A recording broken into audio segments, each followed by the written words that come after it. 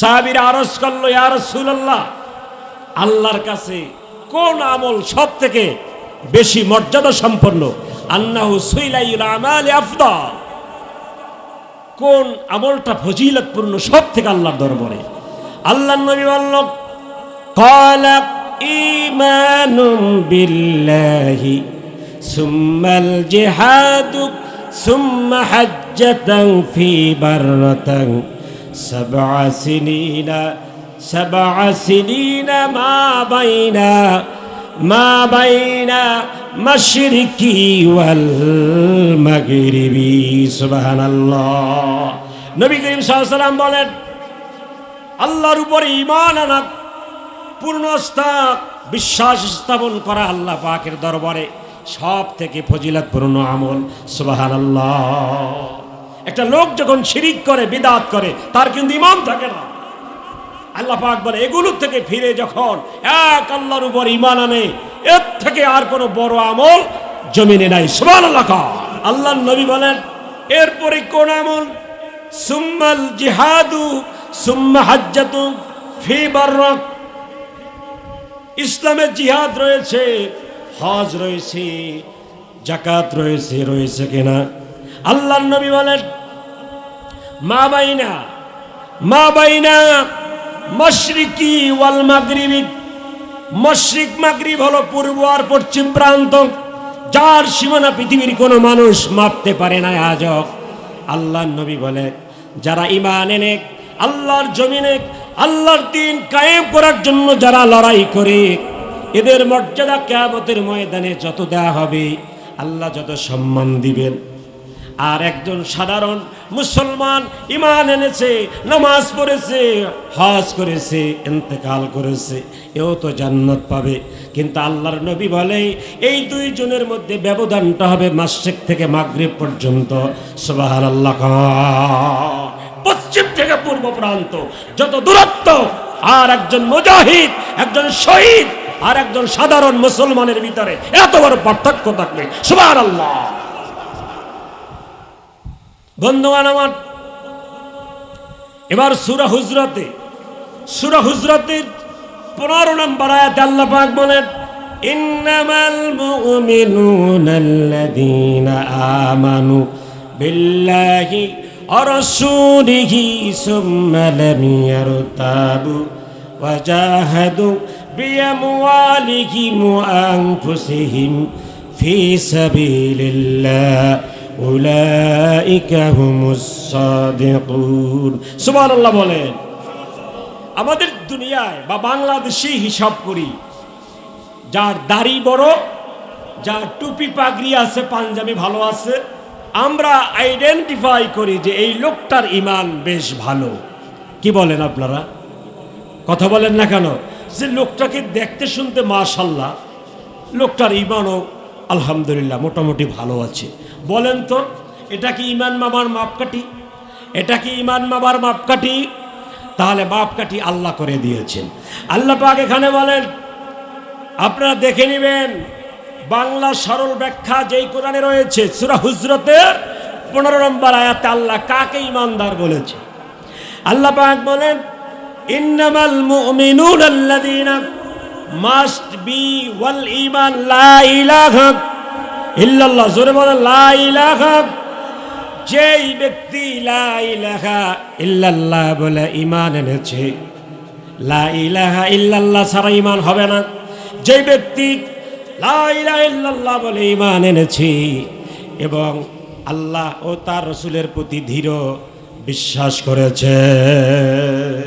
অনেক মানুষ আছে আমাদের প্রিয় নবীর অনেক কিছু ভালো মনে করে, কিন্তু বলে কি তিনি 11টা বিয়ে করেছে, এইটা ঠিক হয়নি। নাউজুবিল্লাহ বলেন না কেন? নবীদের সব মানি, কিন্তু আল্লাহর নবী বলেন, মা বাইনা বাইতি ওয়া মিম্বারি রাউদাতিম মির রিয়াদিল জান্নাতি ওয়া মিম্বারি আলা হাউদি। মা বাইনা বাইতি, বাইত মানে ঘর, ওয়া মিম্বারি আলা হাউদি, অমিম্বার, মা বাইনা বাইতি অমিম্বার। আল্লাহর নবী বলেন, আমার বাইত মানে নবীজি হুজরা, রাসূল পাক সাল্লাল্লাহু আলাইহি সাল্লামের হুজরা মোবারক আর মসজিদে নববীর মিম্বার, এই যে স্পেসটুকুন, যে জায়গাটুকুনকে নবী করিম সাল্লাল্লাহু আলাইহি ওয়াসাল্লাম বলেছেন এই জায়গাটুকুন হলো রিয়াজুল জান্নাহ, তথা জান্নাতের বাগান সমূহের একটি বাগান। সুবহানাল্লাহ। কেন ঘোষণা করা হলো? কারণ কি? এখানে কি হয়েছিল? বন্ধুগণ আমার,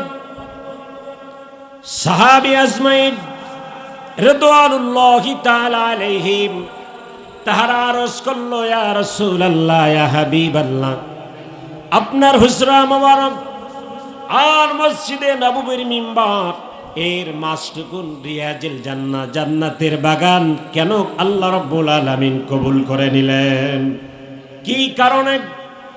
এবার নবী করিম সাল্লাল্লাহু আলাইহি সাল্লাম জবাব দিল, ও আমার সাহাবীরা শোনো, আমার ঘর, আমার হুজরা আর মসজিদে নববীর মিম্বার, এই যে জায়গাটুকুন রয়েছেন, এই জায়গাটুকুনের মধ্যে আমি তোমাদেরকে নিয়ে বসি এবং তোমাদেরকে কোরআন শিক্ষা দেই, কোরআনের তাফসীর করি, হাদিসের ইবারত বলি, হাদিস বলি, তোমরা শোনো। হাদিস নবীজির বাণী, কোরআন শোনাই, কোরআন তেলাওয়াত করি, কোরআনের তরজমা করি। এই কোরআনের বরকতে, কোরআনের মজলিস হবার কারণে আল্লাহ রব্বুল আলামিন পুরো পৃথিবীর মধ্যে এই জায়গাটুকুনকে স্থায়ীভাবে জান্নাতের টুকরা বানায়া দিয়েছে। জান্নাতে এই অংশটুকুন আল্লাহ জান্নাতের ভিতরে কিয়ামতের ময়দানে ঢুকায়া দেবেন। সুবহানাল্লাহ। কিসের বরকতে? কোরআনের বরকতে। কিসের বরকতে? কোরআনের বরকতে। সুবহানাল্লাহ। যেখানে কোরআনের আলোচনা হবে, যেখানে হাদিসের আলোচনা হবে, খোলা মাঠ হোক, সরজমিন হোক, আল্লাহ কোরআন এবং হাদিসের বরকতে ওই জায়গাটুকুনকে ততটুকু সময়, যতটুকু কোরআনের আলোচনা হবে, ঠিক এতটুকু সময় আল্লাহ জান্নাতের বাগান সমূহ রিয়াজুল জান্নাহ ঘোষণা করে। সুবহানাল্লাহ। এখন সেমতে আমরা কোরআন থেকে শুরু করেছি, শেষ হবে কোরআন দিয়া। এখন আপনারা বলেন, এই জায়গাটুকুন গতকাল ছিল আঙ্গিনা বা মাঠ, এখন কোরআনের বরকতে এই জায়গাটুকুনকে এখন জান্নাতের বাগান ঘোষণা করা হয়েছে। জোরে বলুন, এতে আপনারা খুশি না বেজার? বন্ধুগণ, খুশি হলে চিৎকার মেরে পড়ুন আলহামদুলিল্লাহ। আল্লাহর নবীর সাহাবী হযরত আবু যর রাদিয়াল্লাহু তাআলা বলেন যে একজন ব্যক্তি যদি ঈমানের সাথে, ইখলাসের সাথে একবার কালিমা পড়ে, কয়বার? আরো জোরে বলেন। কিন্তু এই কালিমা পড়ার পরে সে আর অন্যায়, অবিচার, অনাচার, দুর্নীতি, কদাচার এগুলোর ভিতরে জড়াতে পারবে না। তাহলেই আল্লাহ রাব্বুল আলামিন তাকে কি করবেন? মাফ করে দিবেন, বেগুনাহ ঘোষণা করে দিবেন। সুবহানাল্লাহ বলেন। আল্লাহর নবী বলেন, মা মিন আবদিন ক্বালা লা ইলাহা ইল্লাল্লাহ ফাদখালাল জান্নাহ কুনতু ওয়া ইন জানা ওয়া ইন সারাকা। গভীর মনোযোগ। এই হাদিসটি বুখারী শরীফে এসেছে।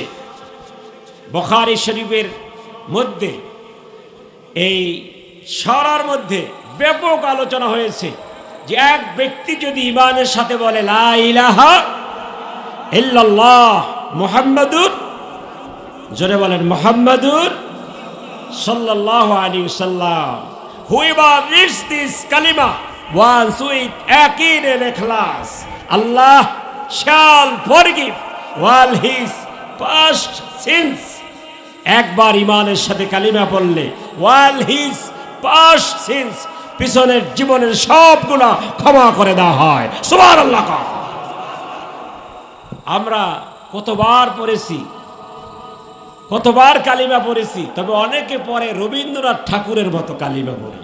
রবীন্দ্রনাথ ঠাকুর কালিমা পড়তে পারতো না? কথা বলেন না কেন? কিন্তু ইমানের সাথে তিনি পারত না বা পড়েন নাই। ইমানের সাথে পড়তে হবে। কিরকম?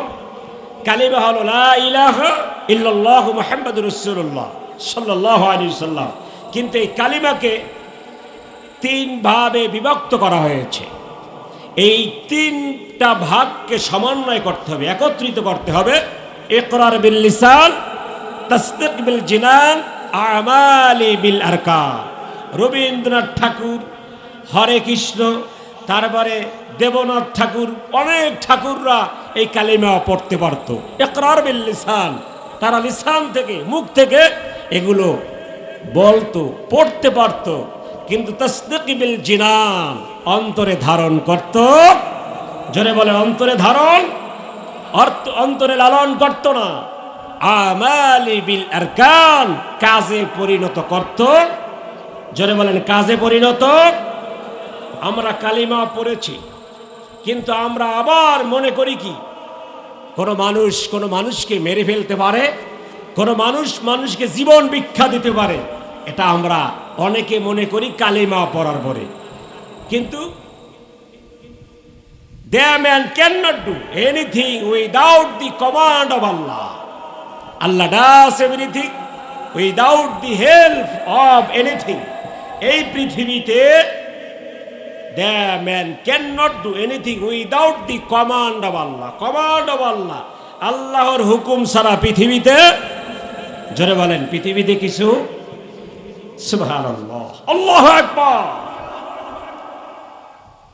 আল্লাহ পাক বলেন ওয়ামা তাসকুতু মিন ওয়ারাকাতিন ইল্লা ইয়ালামুহা। ওয়ারাকাত মানে পাতা। পাতার আরবি কি? ওয়ারাকাত। এই যে গাছের পাতা আছে না, আল্লাহ পাক বলেন পৃথিবীতে অগণিত অসংখ্য গাছপালা লতা পাতা রয়েছে। এই পৃথিবীতে যত গাছ রয়েছে, এই গাছগুলোর কাঁচা পাতা, একটা কাঁচা পাতা শুকিয়ে জমিনে পড়ে না আল্লাহর জ্ঞানের বাহিরে, আল্লাহর হুকুম ছাড়া। সুবহানাল্লাহ। কত জঙ্গল রয়েছে, আমাজন জঙ্গল, যার কোনো শেষ নাই। এরপরে সুন্দরবন রয়েছে, যা আপনি ঘুরে ঘুরে শেষ হয়ে যাবেন, সুন্দরবনের কিনারা পাবেন না। কত গাছ, কত পাতা, কত লতা। আল্লাহ পাক বলেন একটি গাছের পাতাও ছিঁড়ে জমিনে পড়ে না যা আল্লাহ পাক জানে না। সুবহানাল্লাহ। তাহলে জীবন নেয়ার মালিক কে? চিৎকার মেরে বলেন জীবন নেয়ার মালিক কে? জীবন দেয়ার মালিক কে? আরো জোরে বলেন। আমরা কালিমায় এটাই বলেছি, লা ইলাহা ইল্লাল্লাহু মুহাম্মাদুর রাসূলুল্লাহ। দেয়ার ইজ নো গড, আল্লাহ ছাড়া কোনো মাবুদ নাই। কালিমায় বলেছি আল্লাহ ছাড়া কোনো মাবুদ নাই। মাবুদ মানে কি? ইবাদতের উপযোগী, ইবাদত পাবার মতো উপযোগী। কথা বলেন ঠিক কিনা? কিন্তু আমরা যখন মাজারে সেজদা করি, তখন সেই ইবাদতটা কে পায়? যিনি মাজারে শুয়ে আছেন, তার জন্যই তো সেজদা করা হয়। কিন্তু আপনি এই সেজদার মাধ্যমে যে করলো সেজদা মাজারে বা কোনো পীরকে, জীবিত হোক কিংবা মৃত হোক, আপনি সেজদা করার সাথে সাথে আপনার কালিমা বরবাদ হয়ে গেছে, বাতিল হয়ে গেছে। কারণ আপনি কালিমায় ওয়াদা করেছিলেন আল্লাহ ছাড়া ইবাদতের আর কোনো মালিক নেই। কিয়ামতের ময়দানে এই সমস্ত পীরদেরকে, এই সমস্ত দেবতাদেরকে ডাকা হবে যে দুনিয়ায় তোমাদের ইবাদত করত, তোমাদের সিজদা করত, তোমাদের সামনে কুরনিশ করত। করে কিনা জোরে বলেন? আমি নিজের চোখে দেখেছি এগুলো। আমরা অনেক মাজারে দর্শনার্থী হিসাবে দেখার জন্য গিয়েছি, সেখানে দেখেছি পীরকে কুরনিশ করে। যা হিন্দুরা তাদের দেবতাদের সামনে যে অঙ্গ ভঙ্গিমা করে, একজন মুসলিম তার পীরকে এইভাবে করে কুরনিশ করে। বন্ধুগণ আমার, কিয়ামতের ময়দানে এদেরকে ডেকে জিজ্ঞাসা করা হবে, কেন তোমরা এগুলো নিয়েছো, কেন তোমরা নিষেধ করো নাই, বারণ করো না এদেরকে? তখন এরা বলবে, ইন কুন্না আন ইবাদাতিকুম লাগাফিলিন। নাউজুবিল্লাহ। তারা বলবে লাগাফিলিন, তারা যে আমাদের ইবাদত করত, আমার কবরে এসে মাজারে এসে সিজদা করত, ইন কুন্না আন ইবাদাতিকুম লাগাফিলিন, আল্লাহ সে বাবারে আমি গাফেল, কিচ্ছু জানি না। আর মুরিদ তো বাবারে সিজদা মারে এইভাবে, যাহা আমার বাবা দেখতেছে। কথা বলেন না কেন? কষ্ট নিয়েন না বাজার, সময় আছে এখনো ফিরে আসা। শুভ বুদ্ধির উদয় হয়েছে, গান বাজনা পরিত্যাগ করে এক তাফসীর মাহফিল দিয়েছেন। এই সমস্ত ভণ্ড পীরেরা যারা নিজে নামাজ পড়ে না, মুরিদদেরকে নামাজ পড়তে উৎসাহ পরামর্শ বুদ্ধি দেয় না, তারা বলবে ইন কুন্না আন ইবাদাতিকুম লাগাফিলিন। আর যারা করে সিজদা নজর পেশ করে, মরা মানুষের কবরে আছে না নাই, এদেশের জীবিত মানুষ খেতে পারে না, আর মাজারে গিয়ে পয়সা দিয়ে আসে। এই সামান্য ইন্টেলেকচুয়াল এইটুকু বুদ্ধি নাই যে মরা মানুষকে টাকা দিলে খায় তো জিন্দেরা। কথা বলেন না কেন? আর যে সমস্ত বাড়িতে মাজার আছে তারা তো কোটিপতি, কিন্তু আপনার চোখের সামনে কত অভাব, অনাথ, অসহায়, বস্তুহীন, বস্ত্রহীন, বাসস্থানহীন কত মানুষ রয়েছে, তাদেরকে টাকা দেন। একটা মরা মানুষের কবরে টাকা দিয়ে আসে। যারা টাকা দিয়ে আসছে তাদেরকে আল্লাহ জিজ্ঞেস করবে, মরা মানুষের কবরে টাকা দিয়া এই শিরিক কেন করেছো? তখন তারা কি বলবে? কোরআনে আসছে, আল্লাহ পাক বলেন, তখন তারা কিয়ামতের ময়দানে বলবে, হা আনতুম হাউলাই শুফাআউনা ইনদাল্লাহ। আল্লাহ, আমরা মনে করেছিলাম, ভেবেছিলাম, হা আনতুম হাউলাই শুফাআউনা ইনদাল্লাহ, এরা আপনার কাছে সুপারিশ করবে আমাদের ব্যাপারে। নাউজুবিল্লাহ, নাউজুবিল্লাহ। আল্লাহ পাক বলবে, আহাম্মক বান্দা তাকায়া দেখ, ঈসা নবীর দিক তাকায়া দেখ, মাথা নিচু করে ইয়া নফসি ইয়া নফসি করতেছে। তোদের জাতির পিতা ইব্রাহিমের দিক তাকায়া দেখ, সে মাথা নত করে ইয়া নফসি ইয়া নফসি বলতেছে। বন্ধুগণ আমার, আল্লাহ পাক বলবেন, তুমি তো মনে করেছ এই মরা মানুষগুলো সুপারিশ করবি, তাদের কবরে নাজরানা দিলে, তাদের কবরে মানত করলে, তাদের কবরে খাসি দিলে, ডাল চাল দিলে তোমাদের জন্য সুপারিশ করবে। কিন্তু তুমি কি জানো, আল্লাহ পাক বলবে, লা ইয়াতাকাল্লামুনা ইল্লা মান আযিনা লাহুর রাহমান। সুবহানাল্লাহ। লা ইয়াতাকাল্লাম, কাল্লাম মানে কথা বলার মতো ক্ষমতা এই কিয়ামতের ময়দানে কারণে। বন্ধুগণ আমার, আল্লাহ পাক বলবে, বান্দা শোনো, এই কিয়ামতের ময়দানে আমি আল্লাহ ইল্লার রহমান, রহমান ছাড়া, রহমান কে? উচ্চ আওয়াজে বলে, রহমান কে? আল্লাহ পাক বলেন, রহমান ছাড়া, আল্লাহ ছাড়া কিয়ামতের ময়দানে কোন নবীও একটা কথা বলতে পারবে না। সুবহানাল্লাহ। তুমি সুপারিশের আশায় নজর দিয়েছ, ছাগল মানত করেছ, খেয়েছে কে তুমি জানো? এই ছাগল বিক্রি করে তারপরে তারা বাবা খেয়েছে। কি খেয়েছে? কথা বলেন না কেন? বাবা খেয়েছে, ডাল খেয়েছে, ইয়াবা খেয়েছে। আর তুমি ছাগল মেনেছ। তোমার গ্রামে গরিব না খাওয়া মানুষ ছিল না? অবশ্যই রয়েছে, প্রতিটি গ্রামে গরিব মানুষ আছে, আছে না নাই? তাদেরকে তুমি দান করো না। বন্ধুগণ আমার, কিয়ামতের ময়দানে এই সমস্ত মানুষগুলো ঠকে যাওয়ার পরে তারা কি বলবে জানেন?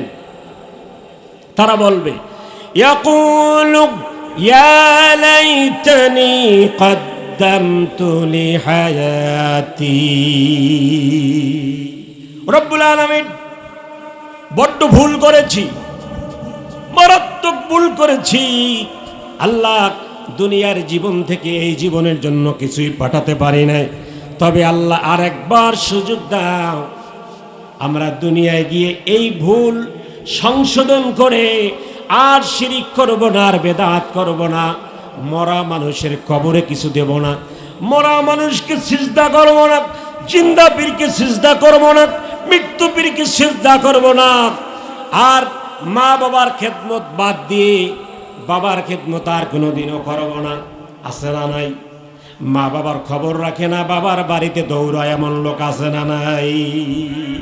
আল্লাহ একবার একটা চান্স দেন, দুনিয়া আর একবার পাঠাইয়া দেখেন এই সমস্ত ভুল আর, জোরে বলেন, এই সমস্ত ভুল আর। আল্লাহ পাক বলবে ওয়ায়াকুলুল কাফিরু ইয়া লাইতানি কুনতু তুরাবা।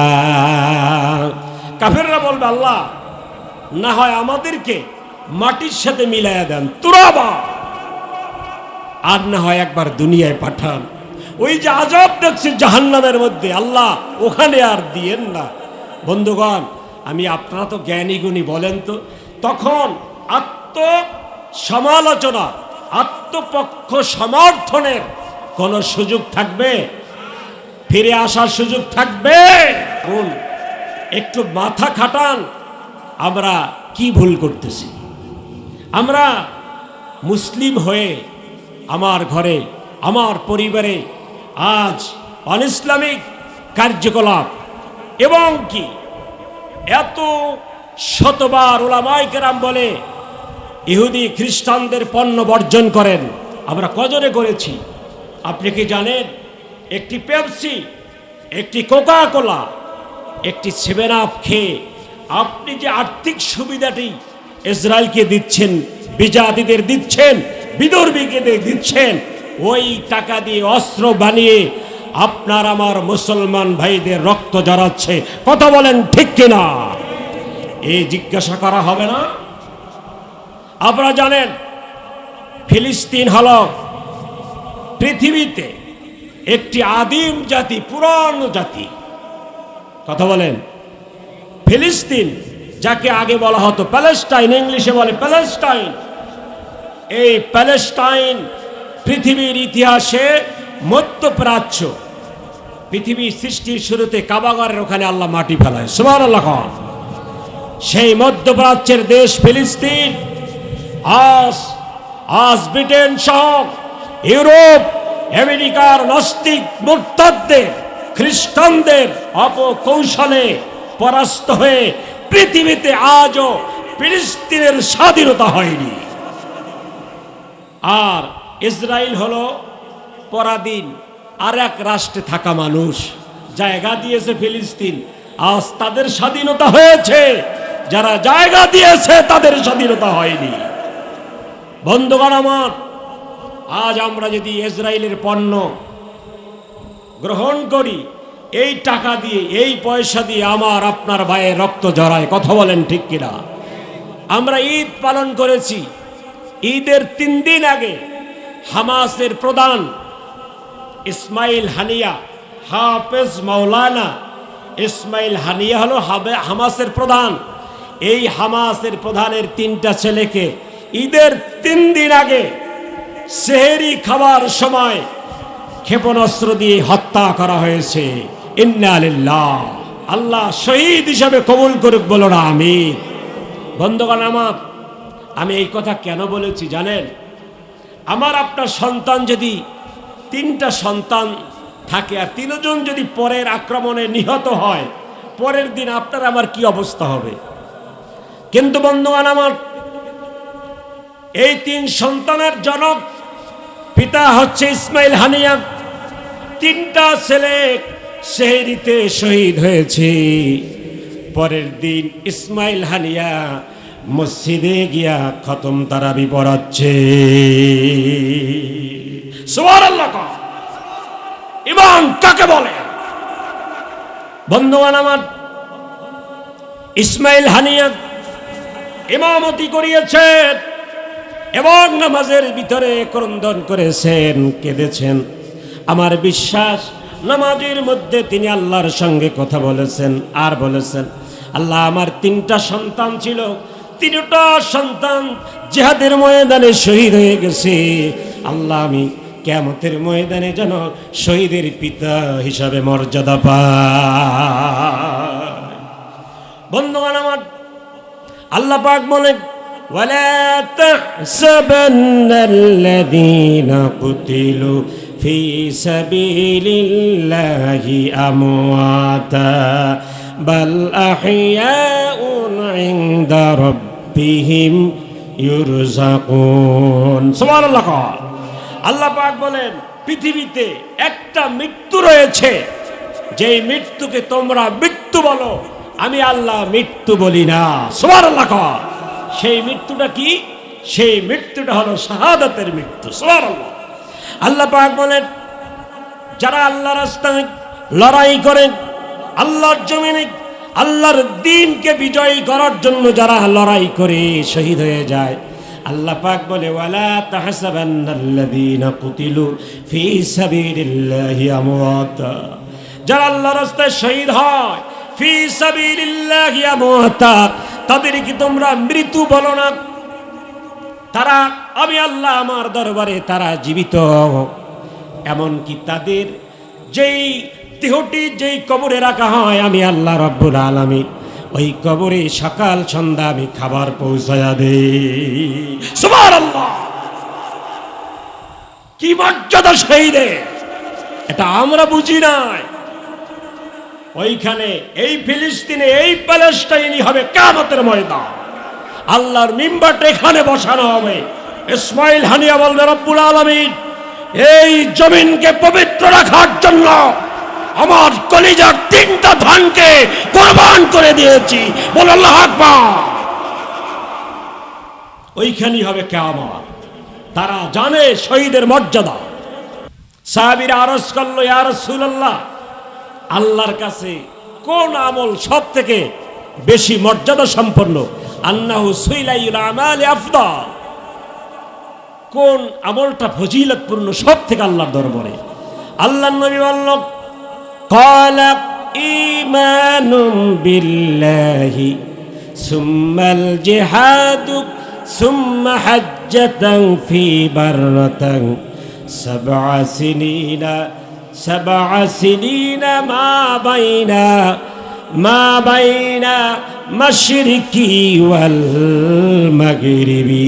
সুবহানাল্লাহ। নবী করিম সাল্লাল্লাহু আলাইহি ওয়াসাল্লাম বলেন, আল্লাহর উপরে ঈমান আনা, পূর্ণ আস্থা বিশ্বাস স্থাপন করা আল্লাহ পাকের দরবারে সব থেকে ফজিলতপূর্ণ আমল। সুবহানাল্লাহ। একটা লোক যখন শিরিক করে, বিদআত করে, তার কিন্তু ঈমান থাকে না। আল্লাহ পাক বলে, এগুলো থেকে ফিরে যখন এক আল্লাহর উপর ঈমান আনে, এর থেকে আর কোনো বড় আমল জমিনে নাই। সুবহানাল্লাহ। আল্লাহর নবী বলেন, এরপরে কোন আমল?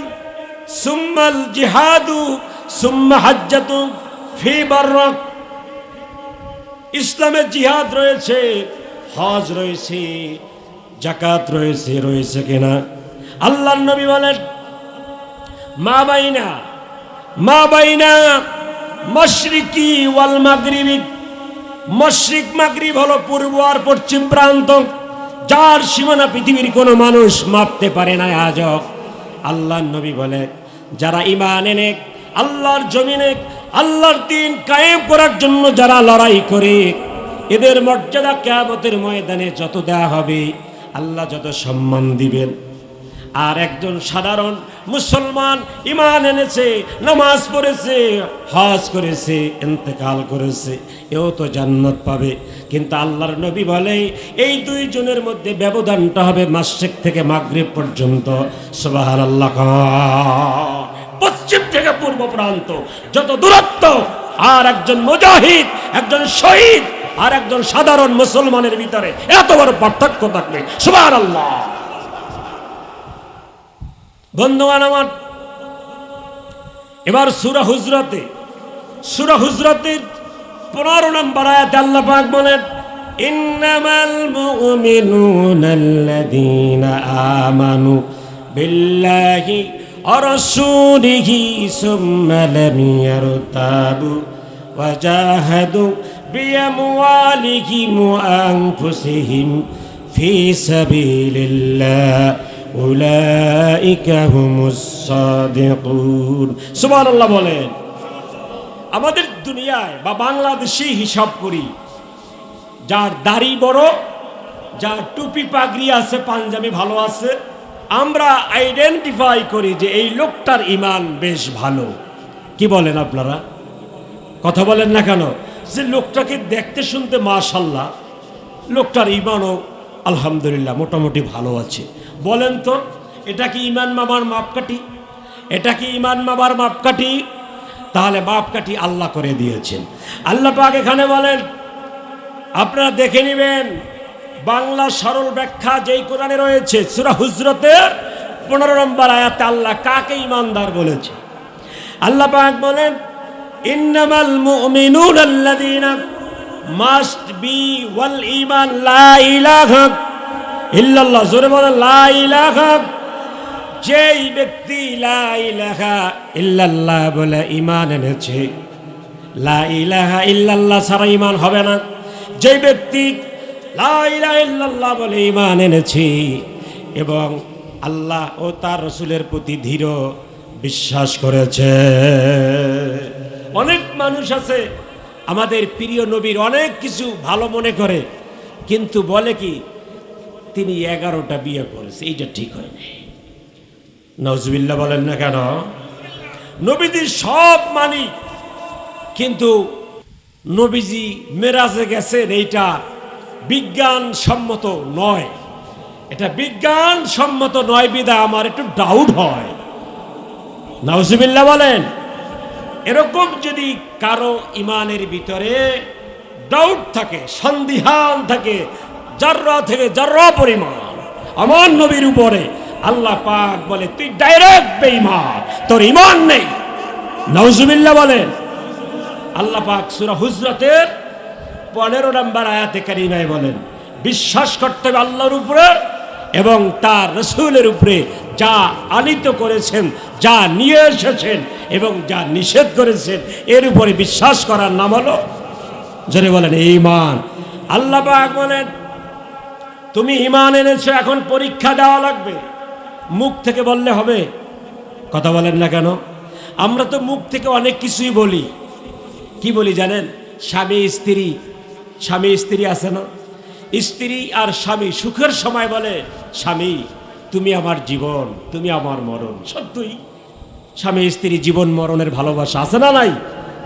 কিন্তু যখন স্বামীর ক্যান্সার হলো, সিঙ্গাপুর থেকে ফেরত দিল যে আপনি আর বাঁচবেন না, বাড়িতে গিয়ে মাসখানেক আছেন, ভালো মন্দ খান। এখন দেখা গেল ধীরে ধীরে যে স্ত্রী বলতো তুমি আমার জীবন, তুমি আমার মরণ, ধীরে ধীরে ধীরে ধীরে সেই স্ত্রীর ল্যাঙ্গুয়েজ চেঞ্জ হয়ে যাচ্ছে, ধীরে ধীরে স্বামীর থেকে দূরে চলে যাচ্ছে। আছে না নাই? কই সেই মুখের কথা বলেছিলা তুমি আমার মরণ, তুমি আমার জীবন। একই রূপে স্বামীর বেলায় ওরকম হয়। সেজন্য আমরা মুখ থেকে অনেক কথা বলতে পারি, এই সমস্ত কথার কোনো অনেক ক্ষেত্রে দাম নেই। এই জন্য বলছে তুমি ঈমান এনেছ, অফকোর্স এখন তোমাকে ঈমানের পরীক্ষা দেওয়া লাগবে। একই আয়াতের মধ্যে ঈমানের পরীক্ষা কি দিয়ে দিতে হবে? জান এবং, জোরে বলেন, জান এবং। এটা আমি বলিনি, আল্লাহ বলেছেন। তুমি ঈমান এনেছ, আল্লাহ তার রাসূলের প্রতি দৃঢ় বিশ্বাস স্থাপন করেছ, এটা কতটুক সত্য এবার তোমার জান এবং মাল দিয়ে প্রমাণ করতে হবে। আল্লাহ পাক বলেন, সুম্মা লাম ইয়ারতাবু ওয়া জাহাদু বিআমওয়ালিহিম ওয়া আনফুসিহিম ফি সাবিলিল্লাহ। সুবহানাল্লাহ। বিআমওয়ালিহিম তোমার মাল দিয়ে, ওয়া আনফুসিহিম তোমার জীবন দিয়ে জিহাদের ময়দানে লড়াই করো। আল্লাহর জমিনে আল্লাহর দ্বীন কায়েম হবে। এই লক্ষ্যে লড়াই করতে তুমি যদি রাজি থাকো, প্রস্তুত থাকো, আল্লাহ পাক বলেন উলাইকা হুমুস সাদিকুন, সত্যই তুমি ঈমানদার, আমি আল্লাহ সার্টিফাই করলাম। সুবহানাল্লাহ। তাহলে ঈমান আনার পরে হজ নামাজ পড়লে মুসলিম, সে কি?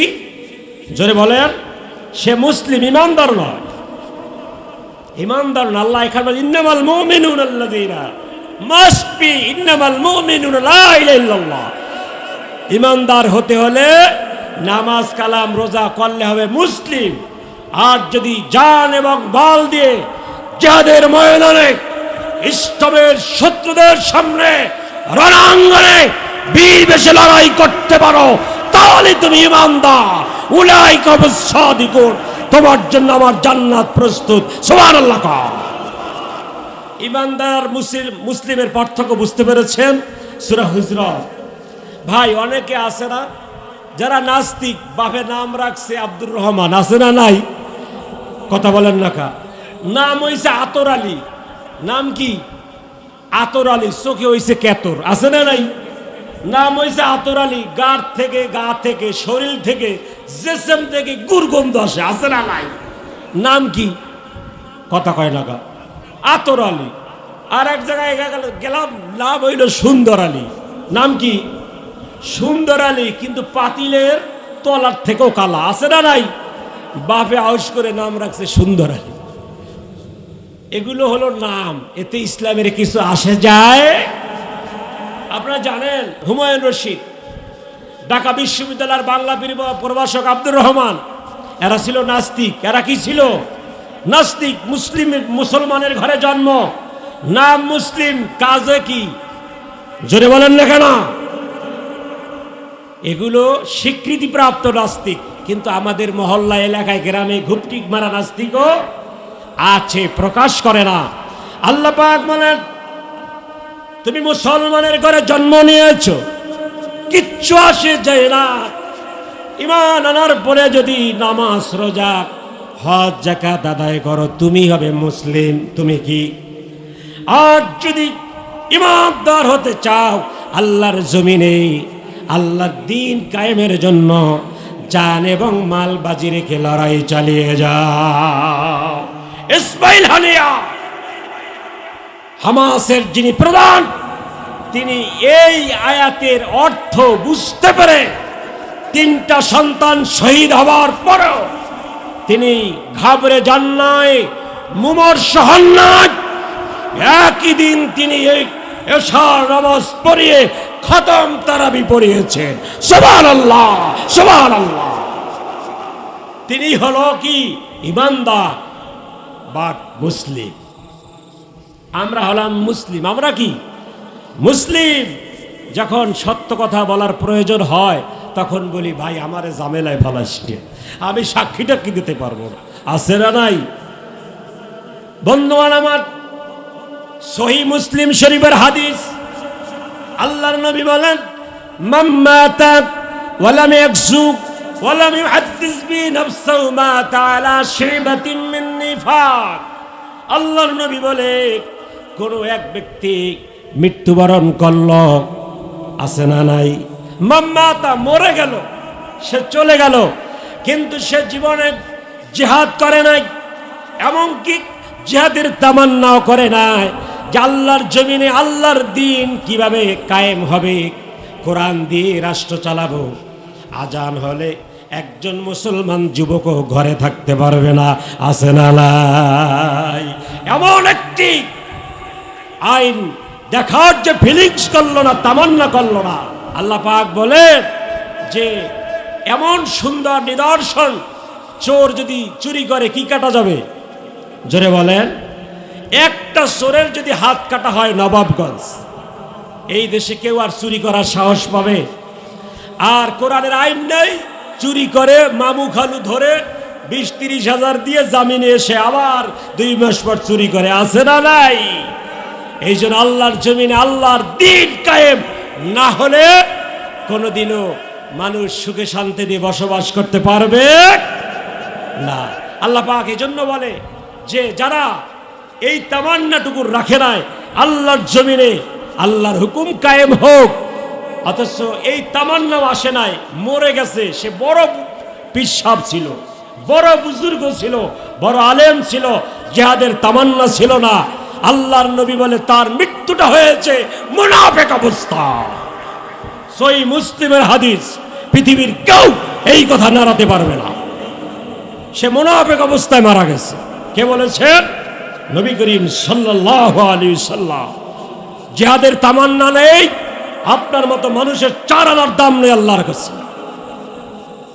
বন্ধুগণ আমার, আল্লাহর নবীর প্রিয় দৌহিত্র ইমাম হাসান এবং হুসাইন স্বাভাবিক মারা গেছেন না শহীদ হয়েছেন? জোরে বলেন। যিনি জান্নাতের সর্দার, সাইয়্যিদা স্বাভাবিক আহলিল জান্নাতি আল হাসানি ওয়াল হুসাইনি রাদিয়াল্লাহু তাআলা আনহুমা, তারা দুইজন শহীদ হয়েছে। হযরত ওমর কি হয়েছেন? শহীদ হয়েছেন। ওসমান শহীদ হয়েছেন। আলী শহীদ হয়েছেন।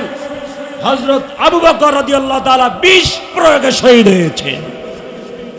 আমাদের মাযহাবের ইমাম হযরত ইমাম আবু হানিফা রাহমাতুল্লাহ আলাইহি 8 বছর জেল খেটে, জেলের ভিতরে খাবারের সাথে বিষ মাখায়া খাওয়াইয়া শহীদ করা হয়েছে। আপনি কি মনে করেন তসবিহ পড়ে আর নামাজ পড়ে ইমানদার নয়, মুসলিম হবেন, জান্নাত পাবেন? এখন আসেন, জান্নাতে কি সব জান্নাত সমান? কথা কন না কেন? বলে হুজুর, অনেকেই তো বলে জান্নাত স্বর্ণ মণিমুক্তা দিয়ে তৈরি করা। নো নেভার, অসম্ভব। এই কথা ফলস, মিথ্যে কথা। সব জান্নাত মণিমুক্তা দিয়ে নয়। আল্লাহর নবী বলেন আল জান্নাতু কাইয়ান, জান্নাত হলো ফাঁকা ময়দান। কোন আল্লাহর বান্দা যদি একবার বলে সুবহানাল্লাহ, তার জান্নাতের মধ্যে একটি বৃক্ষরোপণ করা হয়।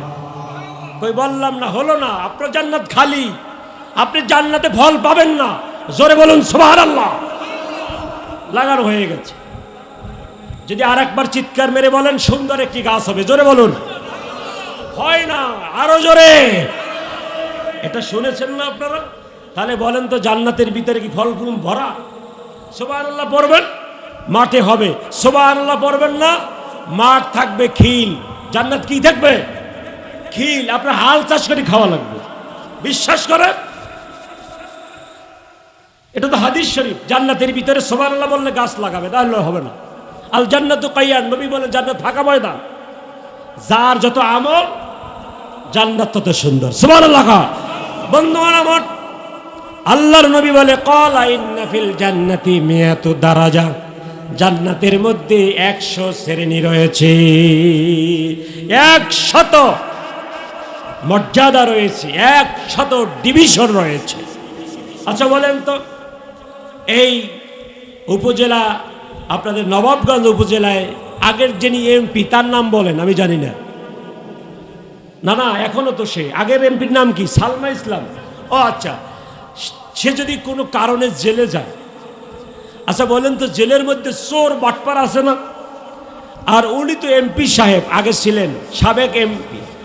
জেলের মধ্যে কি চোর আর ওনাকে এক জায়গায় রাখবে? কথা বলেন না কেন?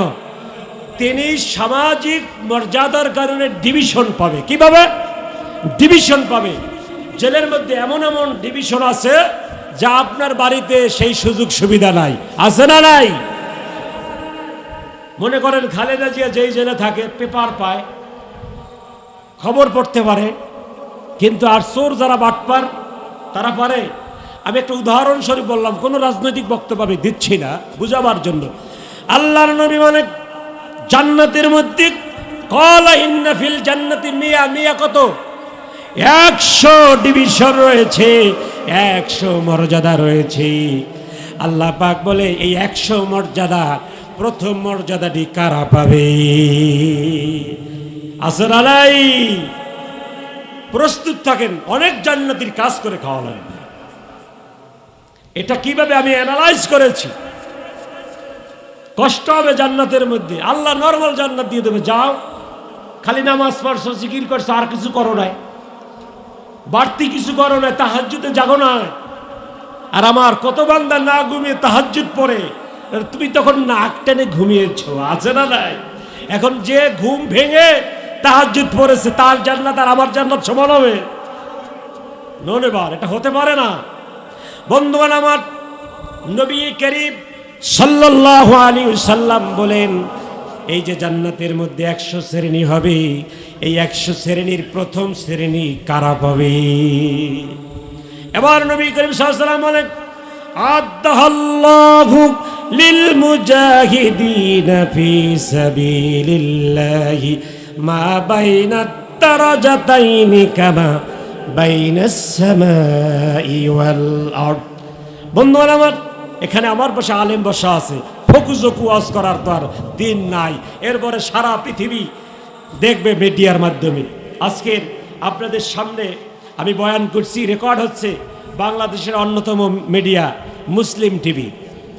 যেই মুসলিম টিভি ইসলামকে, ওয়াজ নসিহতকে মানুষের গোর দোরায় পৌঁছে দিয়েছে। জোরে বলুন আমিন। আল্লাহ মুসলিম টিভিকে কবুল করুক, বলুন আমিন।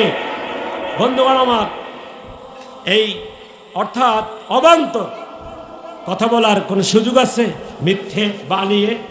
তো নবী করিম সাল্লাল্লাহু আলাইহি সাল্লাম বলে 100 ডিভিশন। ও যুবকেরা, কত জিকিরের ওয়াজ শুনলা, কত কিসসা কাহিনী শুনলা, মানুষ কেঁদে জারজার হয়ে যায়, বেহুশ হয়ে যায়। ইনশাল্লাহ আমি সেই ওয়াজও করবো 20 মিনিটের মতো, শেষে রেখেছি আপনাদের জন্য রুহের খোরাক হিসেবে। আসল কথাগুলো বলে গেলাম। জান্নাতের মধ্যে 100 মর্যাদা। প্রথম মর্যাদা কারা পাবে?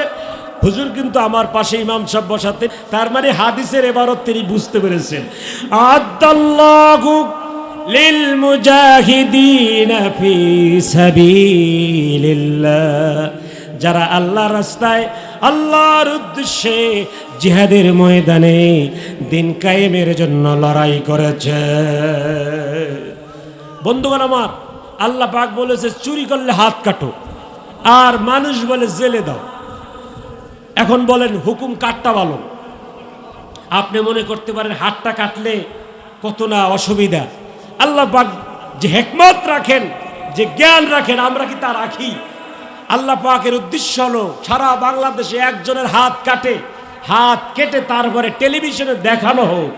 যারা চোর তাদের কলিজায় কাঁপন ধরে যাবে। না, ছেলে বলবে বাবা তুমি আর চুরি করো না, স্ত্রী বলবে তোমার দোহাই লাগে, এই হারাম আমি আর খাবো না, তোমার চুরি করা লাগবে না, তুমি মাটি কেটে খাওয়াও। কথা বলেন না কেন আপনারা? আল্লাহ তো এটা চায়। একটা দৃষ্টান্ত দেখাও, বাংলাদেশের সব চোর ফেরেশতা হয়ে যাবে। সেই কায়েম আমরা চান না, সেই ইসলাম চান না। চাইলে একটা তাকবীর দেন, নারায়ে তাকবীর। আল কোরআনের আলো, আল হাদিসের আলো, আল কোরআনের আলো সংসদে জ্বলো, আল কোরআনের আলো। এই ঘরে জ্বললে কাজ হইবে? ঘরে জ্বলাও ভালো, তবে যদি সংসদ থেকে বলা হয় আগামীকাল জোহরের আজান হলে, আগামীকাল ফজরের আজান হলে একটা মুসলমান মায়ের সন্তান ঘুমিয়ে থাকতে পারবে না, কার সাহস আছে ঘুমিয়ে থাকার? জোরে বলেন আছে? এই একটা হুকুম চান না আপনারা? তাহলে বলেন আল কোরআনের আলো, আল কোরআনের আলো। আল্লাহ কবুল করুক, বলুন আমিন। তাহলে এবার বুঝাতে পেরেছি, যাদের ফাঁসি হয়, যাদের জেল হয়, তারা কি চোর? কথা বলেন না কেন? যারা সবাই চোর নয়, যাদেরকে ধর্ষণের মামলা দেওয়া হয়, বিশেষ করে আলেমদের, তারা কি ধর্ষণ করেছে? যা যেই সমস্ত আলেমদেরকে চোর বলা হয় তারা চুরি করেছে। আল্লাহর কাছে কি জবাব দিবেন আপনারা? এই যে আমি সত্য কথা বলেছি, এখন যদি আপনাদের কারো গাত্রদাহ হয়, তাহলে বলেন দোষ কার? এই দোষ কার?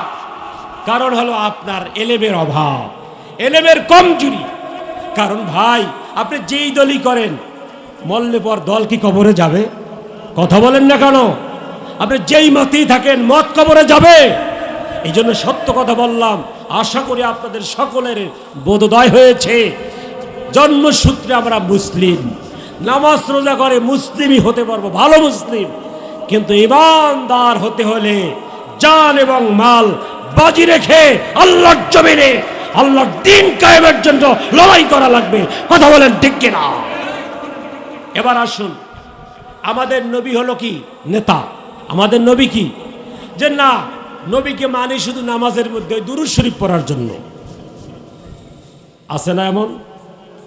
নবীজিকে মানি ওই মিলাদ শরীফ বলবো আর গরম গরম জিলাপি খাবো। আছে না নাই?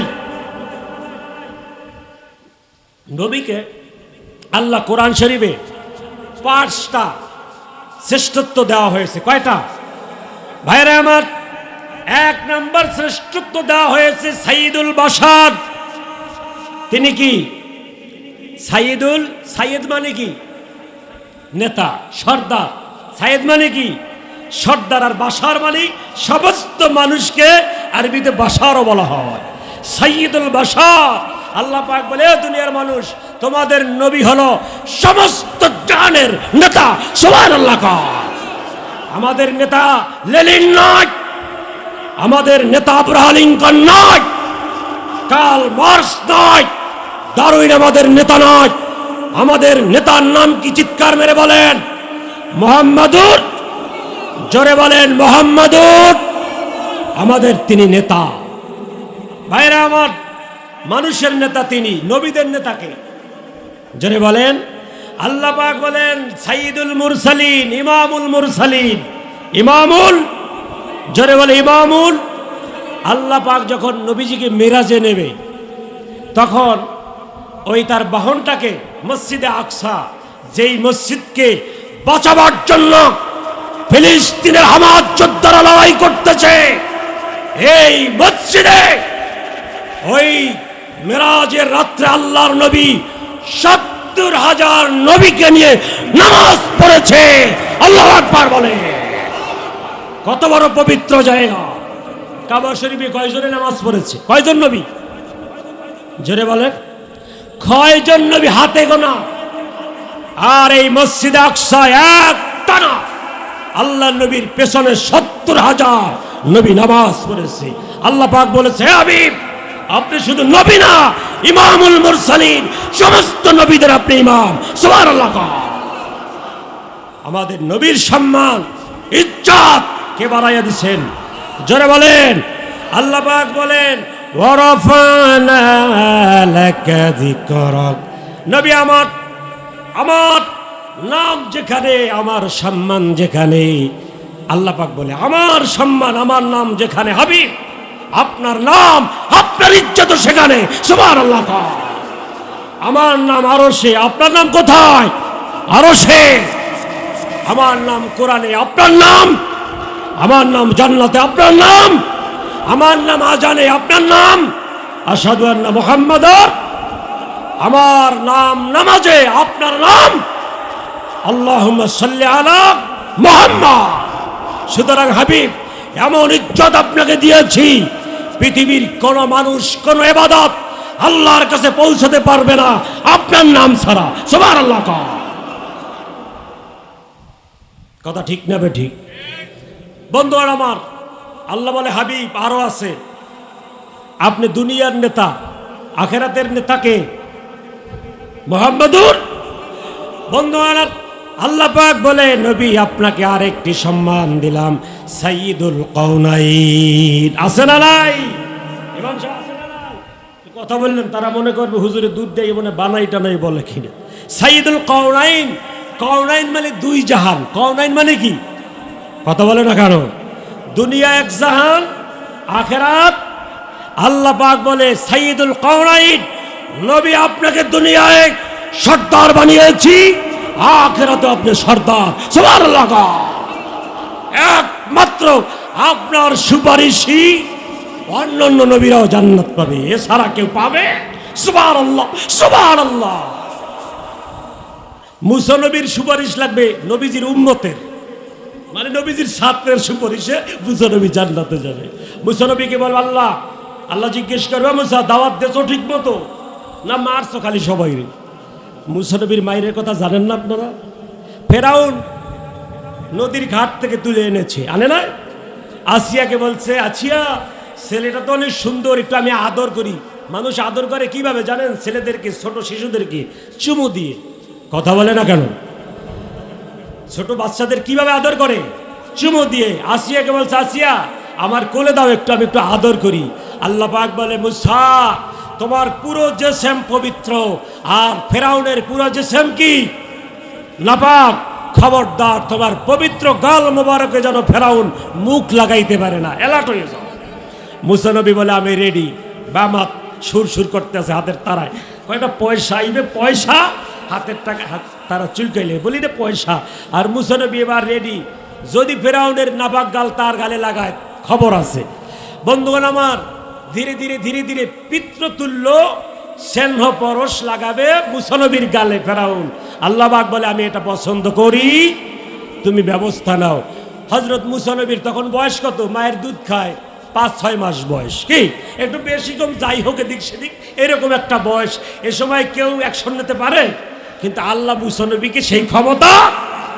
বন্ধুগণ আমার, ফেরাউনের নাপাক জবান দিয়ে মুখ দিয়ে যখন মুসা নবীর গালে চুমো দিবে, অমনি করে ফেরাউনের গালে গরম একটা থাপ্পড় লাগাইয়া দিল মুসা নবী। মুসা নবীর কান বেলাটা সব গরম হয়ে গেছে, আগুন হয়ে গেছে, চোখে সব জুনিক দেখে। এ ভাই, কান পেছাই মারলে চোখে কি দেখে? কথা কয় না কা, মানে আপনারা কানে খান নাই, কানে কেউ আপনাদেরকে মারে নাই। আমাদের স্যারেরা হুজুররা বহু জায়গায় মারছে, কানেও পড়ছে, গালেও পড়ছে, মাথায় পড়ছে। আমাদের এক মাস্টার ছিল, মাথায় ডাস্টার দিয়ে টাকাইতো, পিটাইতো ডাস্টার দিয়ে। কত রকমের প্রতিকূলতা আমরা মোকাবেলা করছি, তা কানেও আমরা খাইছি। আপনারা খান নাই কানে? ছাত্র বয়সে ভাই ওস্তাদরা তো মারতে পারে, আমরাই করি না। হুজুররা মারলে আল্লাহ ও জায়গা বেহেস্তে দিবে, কথা কর না, আমিন কর। দেন ফেরাউন মারছে, মুসা নবীর কান ধরছে, চোখে জুনি করতে আছে, সত্য কথা, তাফসীরের কথা। মুসা নবীকে ফেরাউন ধপাস করে জমিনে ফেলে দিয়েছে, নাউজুবিল্লাহ বলেন। এখন আসিয়া বলে, তুমি কি করলা? কয়, দেখো না কি জোরে একটা থাপ্পড় মারছে। কয়, ও কি বোঝে? না বুঝে মারছে। তাফসীরে হুবহু এরকম, ও না বুঝে মেরেছে। আসিয়া বলে, আসিয়া তো মুসা নবীর পক্ষে আর ফেরাউন বিপক্ষে। এখন কানে মারার পরে বলে, না এইটাই না বুঝে না, ইচ্ছা করিয়া মারছে। আসিয়া বলে, বুঝলা কিভাবে? আসিয়া বলে, ফেরাউন বলে, আসিয়া শোনো, ও থাপ্পড় মারার পরে আমি দেখছি দুনিয়া সহ ঘুরতেছি, চোখে দেখি জুনে কান ধরে গেছে, গরম হয়ে গেছে। এটা না বুঝে কি হয়? সুতরাং ও বুঝে শুনে মেরেছে, ওর আরো বিচার আছে। তখন আসিয়া বলছে, না ও না বুঝে করেছে, একটা পরীক্ষা দাও। ওই আগুন আর কি স্বর্ণ অলঙ্কার, একটা ঘটনা আছে না, ঠিক আগুন মুখে নিয়ে মুসা নবী কিন্তু তোতলা হয়ে গেছিল, জবানের সমস্যা হয়েছিল এই ঘটনার পর। অর্থাৎ মুসা নবীর মা কাম কি জানেন? কথায় কথায়, অর্থাৎ অন্যায়ভাবে না, ন্যায় সঙ্গত কারণে ফেরাউনকে মেরেছে, ন্যায় সঙ্গত কারণে। কারণ ওর জবান থেকে আল্লাহর নাম না নেওয়ার কারণে ফেরাউনের মুখ কি? জোরে বলেন। আরে ভাই, উপর দিয়ে সেন মারলে কাজ হবে? আল্লাহ পাক বলেছে আরবের শাসকদেরকে, ইন্নামাল মুশরিকুনা নাজাসুন ফালা তাকরাবুল মসজিদিল হারাম। এই আয়াত কাবা শরীফের আশপাশে লেখা আছে। আল্লাহ পাক বলছে, নিশ্চয়ই ইন্নামাল মুশরিকুনা নাজাস, মুশরিকরা নাপাক। মুশরিকরা কি? কথা বলে না, আরো জোরে বলেন। কেন সেন মারলে পাক হবে না? এটা হলো আত্মিক নাফাক, কারণ তারা আল্লাহকে মানে না। ফালা তাকরাবুল মসজিদিল হারাম, সুতরাং ফালা তাকরাব, এই হেরেম শরীফের ধারে কাছেও তারা আসতে পারবে। কথা বলে না কেন? যারা মুশরিক তারা হেরেম শরীফে যেতে পারবে। সুতরাং ফেরাউন কি মুশরিক, সে নবীর গালে চুমা দিতে পারে। আমরা তো মুশরিকদের সম্পর্ক রাখি না, খালি নামাজিদের সাথে রাখি না। ওয়ালা তুসাহিবিল্লা মুমিনা, নবীজি বলে খবরদার মুমিন ছাড়া, না মুসলমান ছাড়া বলছে? ওই যে মুমিন, মুমিনের সংজ্ঞা শিখিয়েছি, জান এবং মাল থেকে আল্লাহকে বেশি ভালোবাসবে যারা, তারাই কি মুমিন। আল্লাহর নবী বলছে মুসলমানের সাথে না, যারা মুমিন তাদের সঙ্গে বন্ধুত্ব করো। ওয়ালা তুসাহিবিল্লা, এছাড়া করো না, মুমিন ব্যতীত। সুবহানাল্লাহ। সুতরাং যাদের সাথে মালাউনের সম্পর্ক আছে, আছে না নাই?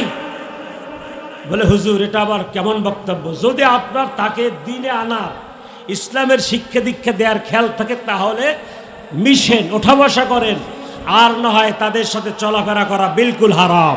কথা বলেন ঠিক কিনা? কিয়ামতের ময়দানে তার সাথে হাসর হবে। এবার আসুন তো, মুসা নবীর কাজ হচ্ছে এইটা কি, সাথে সাথে অ্যাকশনে যায়। আর আমাদের নবীর কাজ হচ্ছে কি, শ্রেষ্ঠত্ব পাওয়া, সম্মানে ভূষিত হওয়া। সুবহানাল্লাহ। কিয়ামতের ময়দানে তিনি সমস্ত নবীদের লিডার। তার সাইনের উপরে, তার স্বাক্ষরের উপরে সমস্ত নবী তাকাইয়া থাকবে। সুবহানাল্লাহ। কেমন নবী আমাদের নবীকে কাফেররা আসবিন ওয়েল সব সময় বলতো নেস কাটা। নাউজুবিল্লাহ বলেন। ইন্না শানিয়াকা হুয়াল আবতার। আবতার মানে কি? নির্বংশ, লেস কাটা। তা নবী করিম সাল্লাল্লাহু আলাইহি ওয়াসাল্লাম এই কথা শুনে দুঃখ পেত। কথা বলেন দুঃখ পেত কিনা? কখন বলছে? ইসমাইল হানিয়ার 3 সন্তান শহীদ, আল্লাহর নবীর 3 ছেলে ছিল। জানেন আপনারা? সব বলা যাবে না। 3 সন্তানকে আল্লাহ দুনিয়া থেকে বিদায় করে নিয়েছেন অল্প বয়সে, কম সময়ের মধ্যে। নবী মুমূর্ষ, ব্যথিত, 3টা ছেলে নাই। এখন বলেন পিতা হিসেবে দুঃখিত না, ব্যথিত না? কাফেররা এই কাটা গায়ে লবণ ছিটা দিত, বলতো মোহাম্মদ তুমি তো নেস কাটা। নবী কানতে কানতে বাড়ি গেত। এক সময় খাদিজা সান্ত্বনা দিত, সেই ধীরে ধীরে খাদিজাও নাই সান্ত্বনা দেওয়ার। কারণ এই সন্তানগুলো যিনি জন্ম দিয়েছিলেন তিনি হলো হযরত খাদিজা তাহেরা রাদিয়াল্লাহু তাআলা আনহা। সুবহানাল্লাহ। আর নবীজির কোন স্ত্রী, একজন স্ত্রী বাদে আর কেউ সন্তান উপহার দিতে পারে না। তো নবীজির স্ত্রী হিসেবে শ্রেষ্ঠ স্ত্রী হযরত আম্মাজান খাদিজা ইন্তেকালের পরে নবীজি এই সান্ত্বনাটুকু আর কারো থেকে পাচ্ছে না। যেখানে যায় বলে নেস কাটা, নির্বংশ। আপনারা বুঝেন নির্বংশ বলার মিনিং হলো, কারণ হলো, অর্থ হলো এনার ইন্তেকালের পরে বংশে বাতি দেওয়ার আর কেউ, মেয়েরা তো স্বামীর বাড়িতে যাবে, তাহলে বংশর প্রদীপ নিভে যাবে। এই জন্য নবী কাঁদে, দুঃখিত, ব্যথিত। একদিন হযরত আনাস ইবনে মালিক রাদিয়াল্লাহু তাআলা হাদিসটি বর্ণনা করেছেন। সূরা কাউসারের শানে নজুল। নবী সাল্লাল্লাহু আলাইহি ওয়াসাল্লাম মসজিদে মিম্বারে ওই চিন্তা করে দুঃখিত, ব্যথিত, বারাক্রান্ত, হতাশা যে আমার সন্তানগুলো নেই। এই নবুয়তির ধারাবাহিকতা, দাওয়াতি কাজ কারা করে? আল্লাহর নবী ব্যথিত অবস্থায় মেম্বারের সাথে হেলান দিতে দিতে ঘুমিয়ে পড়ছে। সুবহানাল্লাহ। কিছুক্ষণ পর তিনি জাগ্রত হয়েছেন হাসতে হাসতে। সুবহানাল্লাহ। বলেন তো আমার নবী কি এমনি এমনি হাসছে? কথা কয় না কেন? আমার নবীর এই হাসিও সুন্নাত। সুতরাং খালি খালি হাসি দেন নাই। সাহাবীরা বলে ইয়া রাসূলুল্লাহ ব্যাপার কি? আপনি কিছুক্ষণ আগে ব্যথিত ছিলেন, বারাক্রান্ত ছিলেন, এখন আপনি হাসতেছেন, কারণ কি? বন্ধুগণ আমার, গভীর মনোযোগ। আল্লাহর নবী এবার বলেন বিসমিল্লাহির রাহমানির রাহিম। সবাই বলেন ইন্না আ'তাইনাকাল কাউসার। আমি এই কাউসারের শানে নজুল শোনাবো, এরপরে শেষ করবো ইনশাআল্লাহ। আল্লাহ নবী বলছে সাহাবীরা এইমাত্র আমাকে একটি সূরা দান করেছে, যেই সূরার নাম হলো কাউসার। সুবহানাল্লাহ। সাহাবীরা বলে ইয়া রাসূলুল্লাহ কাউসার কি? কাউসার কি জিনিস? আল্লাহর নবী বলে আকসারু খাইরা। কাউসার হলো অতি কল্যাণকর একটি প্রবাহমান নদী, যেই নদীতে শরাব থাকবে, শরবত থাকবে। কিয়ামতের ময়দানে আর কোথাও পানি থাকবে না, বিলকুল একটা নদী থাকবে। সেই নদীর নাম কি? হাউজে কাউসার। জোরে বলেন নদীর নাম কি? ও সাহাবীরা, সেই নদীটি মালিকানা, কাগজপত্র, দলিল সহকারে আমি নবী, আমার নামে এইমাত্র আল্লাহ উইল করে দিয়েছেন, লিখে দিয়েছেন। সুবহানাল্লাহ। কি শুভ সংবাদ আমার সাহাবীরা। এই কাউসারের কেন্দ্র কোন জায়গায় তোমরা জানো? সাহাবীরা বলে না। আল্লাহর নবী বলো মিম্বারি আলা হাউদি, আমার মিম্বারের নিচে কাউসারের উৎপত্তি। সুবহানাল্লাহ। তার মানে হলো এই কাউসার সৃষ্টি হয়েছে আমার মসজিদে নববীর মিম্বারের বরকত দিয়ে। সুবহানাল্লাহ। বলেন তো সেই নবীর সুন্নাত যদি আমাদের মধ্যে থাকে কে আর ঠেকায়? ইনশাআল্লাহ। একটি মিম্বারের বরকতে হাউজে কাউসার উৎপত্তি। ওখান থেকে সূত্রপাত অমিম্বারি আলা হাউদি। হাউজে কাউসার আমার মিম্বারের নিচে। নবীজি বলেছেন আপনি মালিক, এই হাউজে কাউসার থেকে এক গ্লাস পানি আল্লাহ খাওয়াবেন না কাউকে আপনার অর্ডার ছাড়া। সুবহানাল্লাহ খাবেন না। কখন পানিটা খাবেন জানেন? কিয়ামতের ময়দানে কারো জিহ্বা নাভি পর্যন্ত জ্বলবে, কারো জিহ্বা হাঁটু পর্যন্ত, কারো জিহ্বা পায়ের পাতা পর্যন্ত, কারো জিহ্বা এমন ভাবে ঝুলে পড়বে আর একজন হাসরবাসী ওই জিহ্বা পাড়াইয়া ইয়া নফসি আর পানি পানি আওয়াজ করে। কুকুর আর জিহ্বা কতটুক বের করে, আপনার জিহ্বা জমিনে পড়ে যাবে। আল্লাহর নবী বলেন আমি তখন আমার উম্মতদেরকে বাঁচানোর জন্য আমি হাউজে কাউসারে চলে যাব।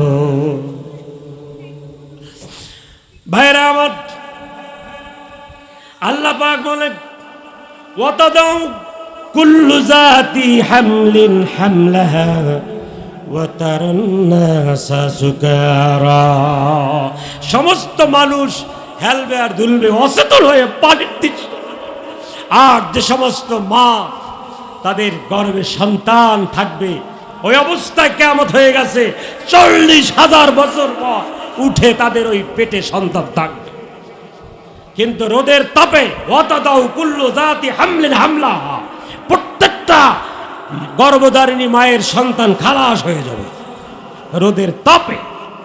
আল্লাহ পাক বলেন সন্তান খালাস হয়ে মায়ের দুই পায়ের মধ্যে ভূমিষ্ঠ হয়ে পানি পানি আওয়াজ করবে। গর্ভধারিণী মা একবারের জন্য নিচু হয়ে দেখতে পারবে না তার পায়ের নিচে কে কাঁদতে আছে। আল্লাহু আকবার বলে। এটাই হলো কিয়ামত। সন্তান কাঁদে, মা পানি, মা একবারের জন্য নিচু হতে পারবে না। আল্লাহর নবী বলেন এই সময় আমি আমার কিছু উম্মতদেরকে হাত ধরে ধরে ধরে ধরে আমার হাউজে কাউসারে নিয়ে যাব। ভাইরা আমার, আল্লাহর নবী বলে হাউজে কাউসারের পাশে যত গেলাস, সব গেলাস আল্লাহ রাব্বুল আলামিন ইউতাফু আলাইহিম বিজিহাব, সব স্বর্ণ দিয়ে আল্লাহ গেলাস তৈরি করে রেখেছে। সুবহানাল্লাহ। সব গেলাস স্বচ্ছ চকচক করে, অরিজিনাল গোল্ড, 24 ক্যারেট, যার ভিতরে কোনো খাদ নাই, নিখুঁত স্বর্ণ দিয়ে লক্ষ লক্ষ গেলাস হাউজে কাউসারের পাশে নবী ঘোষণা করে দিবে 72 ঘন্টে আমার প্রত্যেকটা উম্মত গেলাস হাতে নাও, তবে হাউজে কাউসার থেকে পান করো। সুবহানাল্লাহ। তা ইয়াদখুলুল জান্নাহ। নবীজি বলে এক গ্লাস শরবত খেয়ে 50,000 বছর সার্ভিস দিবে আর কোনোদিনও তৃষ্ণা লাগবে না। ও নবীর উম্মতেরা চিৎকার মেরে বলো আল্লাহু আকবার। এক গ্লাস পানি বিপরীতে 50,000 বছর আর পানির তৃষ্ণা লাগবে না। আল্লাহর নবী বলবে আমার উম্মতেরা হিসাব দিতে থাকো, হিসাব দিতে থাকো, আর কোনোদিন তৃষ্ণা লাগবে না, আর পানি পানি আওয়াজ আমার উম্মত আর করবে না। সুবহানাল্লাহ কবেন না? নবী আমার কেমন জবান থেকে মিথ্যা বলেছে, কথা কন না কেন? আরে নবীজি ব্যবসা করতে এক ইহুদির সাথে নবুয়তির আগে, তো ওই ব্যবসা থেকে সিরিয়া থেকে ফিরে আসার সময় ওই পার্টনারের বাড়ি আগে পড়েছে। পার্টনার বলতেছে মুহাম্মদ, আমরা নবীর মোহাম্মতে বলি সাল্লাল্লাহু, মুহাম্মদ তুমি এখানে দাঁড়াও, আমার বাড়িয়েই আমার ছেলে মেয়ে আছে, কিছু মজা দিয়ে আসি। কথা কন না, নাতিপুতি নাই, বাজার থেকে আসার সময় কিছু নিয়ে আসবেন, ওই বকিলের মতো খালি এতে আইসেন না, আর ওই ফেরাউনের মতো খালি চুমো দিয়ে কিছু দিয়ে কথা কয় না কা। নাতিপুতি ছেলে মেয়ে ছোট থাকলে কিছু নিয়ে আসবে। বন্ধুগণ আমার, তাই নবী করিম সাল্লাল্লাহু আলাইহি সাল্লাম, ঠিক আছে তুমি যাও, আমি এখানে দাঁড়াই। ওই পাটনার বাড়িতে গিয়া নবীজির কথা ভুলে গেছে। এদিক তাকার আমার দিকে, রোদের ভিতরে দাঁড় করাই রাখছে খেজুর গাছের নিচে। এসে বলে কি, বাড়িতে এসে ছেলে মেয়ে পেয়ে নবীজির কথা ভুলে গেছে। একদিন, 2 দিন, 3 দিন পর মনে আসছে আল্লাহর নবীর কথা। তো নবীজির কথা মনে আসার পরে উনি আফসোস করে দৌড় দিয়েছে, খাইছে তো, ব্যাপার কি, আমি ভুলে গেলাম কেন? দৌড়ে গিয়ে দেখতেছে যে আল্লাহর নবী 3 দিন পর্যন্ত ওই গাছের নিচে একটা কথা বলার কারণে ওই পার্টনারের জন্য অপেক্ষা করতে আছে। সুবহানাল্লাহ। নবীজির জবান, আমার নবীর উম্মতদের জবান এরকম হওয়া দরকার আছে না নাই? ভাইরা আমার, নবীজি দুনিয়ায় এসে যেরকম নূর ছড়িয়েছেন, মায়ের পেটে থাকতেও, কথা বলেন না কেন? আম্মাজান, আল্লাহর নবীর আম্মাজান নাম কি? হযরত আমেনা। স্বামী ইন্তেকালের পরে নবীজি কোথায়? মায়ের পেটে। এখন আল্লাহর নবীর মাকে সবাই আর চোখে দেখে, বাঁকা চোখে দেখে। যেই মহিলার স্বামী নাই তাকে আমরা বলি কি? বিধবা। তা আল্লাহর নবীর মাকে বিধবা চোখে দেখে, একটু খারাপ চোখে দেখে। ভাইরা আমার, আল্লাহ বলে ঠিক আছে, আমার নবীর সম্মান, মায়ের সম্মান বাড়াচ্ছি।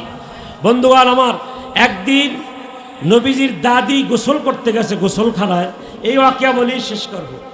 গোসল করতে গেছে পরে, এখন নবীজির দাদিমা গোসল করার আগে নবীজির আম্মা গোসল করে আসছে। নবীজির দাদিমা গোসলখানায় গিয়ে দেখে কি, পুরো গোসলখানা মেশক আম্বরের ঘেরানে ভরে গেছে। সুবহানাল্লাহ। বাড়িতে এসে, বাসায় এসে বলে, ওই আব্দুল্লাহর বাপ, নবীজির বাবার নাম কি? আব্দুল্লাহ। আব্দুল্লাহর বাপ হলো কে? আব্দুল, কথা কয় না কা, আব্দুল মুত্তালিব। বলে আব্দুল্লাহর বাপ, ব্যাপার কি? আমার বৌমা এত দামি দামি সাবান, এই সেন্ট পাই কোথায়? গোসলখানায় তুমি তো আর যাও না, মহিলা গোসলখানা। আমি গিয়ে দেখি, আরে সেন্ট আসছে, পাই কই? আমার বেটা তো নাই, মারা গেছে। এই কে দেয়? একটু খবর নাও তো। তাই নবী করিম সাল্লাল্লাহু আলাইহি সাল্লামের দাদা, তিনি হলো বুদ্ধিমান, জ্ঞানী মানুষ, সামাজিক মানুষ, ভদ্র মানুষ। হুটহাট করে জিজ্ঞাসা করা যায়, যার স্বামী নাই তাহলে সন্দেহ করবে না যে প্রেম প্রীতির একটা কথা আছে না, পরকীয়া। ভাইরা আমার, আল্লাহর নবীর দাদা একদিন দাঁড়ানো, আর ওই কূপ থেকে পানি নিয়ে, গৃহস্থলীর কাজও করা লাগতো নবীজির মায়ের। তো কূপ থেকে পানি নিয়ে কলসি কাকে নিয়ে আসতেছেন, আর নবীজির দাদা ওখানে দাঁড়ানো। ওই কথা মনে পড়ছে যে দেখি তার শরীর থেকে কোনো বাস আসে কিনা, সেন্ট আসে কিনা। তো আল্লাহর নবীর দাদা একটু নাকটা বাড়াই দিয়েছে উপরের দিকে, একটু নাক শোকার দিকে টান দিয়েছে যে আসলে কিছু আছে কিনা। ঠিকই, নবীজির দাদাও পাইছে একটা। এমন ছেলে নবীজির দাদা আব্দুল মুত্তালিব জীবনও পায় নাই কোথাও। সুবহানাল্লাহ। বৌমা একটু দাঁড়াও। আল্লাহর নবীর মা আল্লাহর নবীর দাদার কাছে চলে আসলো। বাবাজান কিছু বলবেননি? আমার সন্তান নাই, আমি জানি তুমি বিধবা, বিধবাদের কোনো সাজগোজ নাই, আসেনি, প্রসাদনী নাই, সাজুনি গাজুনি নাই। ও বৌমা, আমি জানতে চাই এত বেশি দামের আতর তোমাকে কে দেয়? সুবহানাল্লাহ। বন্ধুগণ, হযরত আমেনা বলে, বাবাজান কি বলেন, কে দিবে? তবে আপনাদের কি বলা হয় নাই, আমার সন্তান পেটে, আপনাদের নাতি, এই নাতি আপনাদের পেটে আসার পরে যখন বয়স 6 মাস হয়ে গেছে, তখন থেকে আমি দেখতে পেলাম, অনুভব করা শুরু করলাম, আমার শরীরের প্রত্যেকটা পশমের গোড়া দিয়া দিয়া মেশক আম্বরের ঘেরান বের হয়। সুবহানাল্লাহ। এটা আর কিছু না, এটা আমাদের নবীজির শরীর মোবারক থেকে মেশক আম্বর দুনিয়া আসার পরও বের হতো, মায়ের পেট থেকেও বের করেছেন কে? আল্লাহর নবীর দাদা বলে, বৌমা তোমার পেটে যুগ শ্রেষ্ঠ সন্তান আসতেছে, সুতরাং আগামীকাল থেকে পরিবারের গৃহস্থলী সব কাজ বন্ধ, তোমার কোনো কাজ নাই, রেস্টে থাকো।